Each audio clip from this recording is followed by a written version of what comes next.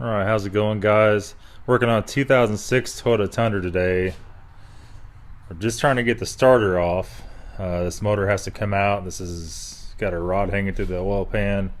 We have this motor to put in it.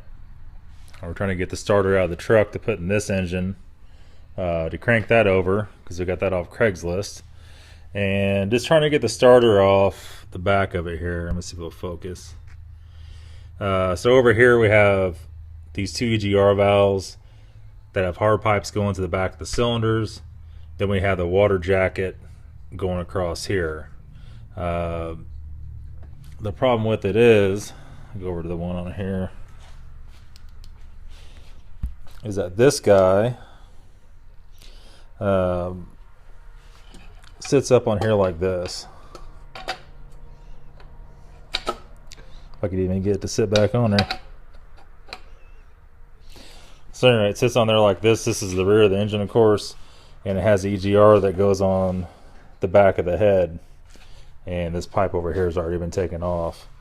So what we have to do to get the starter bolts out, which are down here, and of course the starter sits in there, we gotta take off, first of all, this coolant pipe, which sits in here, has the oil ring and plugs in the back of the water pump. I take that off first, and then we have to go over here to the four bolts that hold the coolant pipe on, take those off, the four nuts, and then we have to take a ratchet wrench and take off these two here. This one's missing, this bolt here, and these two here, and that disconnects the EGR pipes from this. And at that point in time, we can lift, hopefully lift the coolant pipe, the EGRs, and everything out, because the wiring harness goes down in here. So that's where we're at with this right now. We're just trying to get this guy out, and we just got the four nuts, two here and two there, off EGRs. So we're getting ready to lift the whole works out, and the wiring harness is right in the way back here, and it's a nightmare to get out. You guys will have to do this just to take the starter off, or to get the top transmission bolts out to change the engine. Okay, so here we got the starter out, and once we took the crossover pipe out and we could actually get to the starter bolts, we still couldn't get the starter out.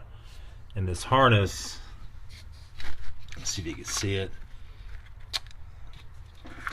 the harness actually bolts to the positive terminal on the starter, which is right here. And the starter sets up like this, and that's the driver's side, and the whole plastic hard harness bolts on top of that. So that finally releases it, but it's all, even though the bolts are the starter, it's locked in there by that harness. And once you take the power cable off of it right here, that releases everything, and you just pull it right out. Now we did have to take out the secondary air pump valve, or whatever this is. This is the pump, I don't know what that was. You have to take it out because you can't slide the starter back, it hits it. So that has to be pulled out, and the rubber hose coming off of that, going through the hard pipe, is a real pain in the ass. It's over here, and you would think it sits in here like this, and you would think that this would be water in this hose, but it's not. It's only air, and it goes right back to these EGR or secondary air valves. You can see it has a different deal here that goes over to those, and the coolant pipe goes above it. So basically, you better hope like hell you never have to do this. This is for the was it 04, Kev? 05 and 06. 05 and 06 Toyota Tundra with the VVTi. The older ones are tremendously easier. They don't have none of this nonsense. Unfortunately, the engine has to come out of this truck, so we still got to pull the bell housing bolts, and this harness is bolted down all along the backside of the block and the head with ground wires and all kinds of craziness. And we're going to have to try to figure out now how to pull that stuff off, and to be able to separate the engine from the transmission and not have a bunch of wiring on it. So that's all for today's video, guys. Now, I am going to try to put up the timing video We're going to put a new timing kit on the engine over here on the stand. And you can see the belt's crusty. Everything's kind of crusty on this engine. We're going to go and get it up to the spec.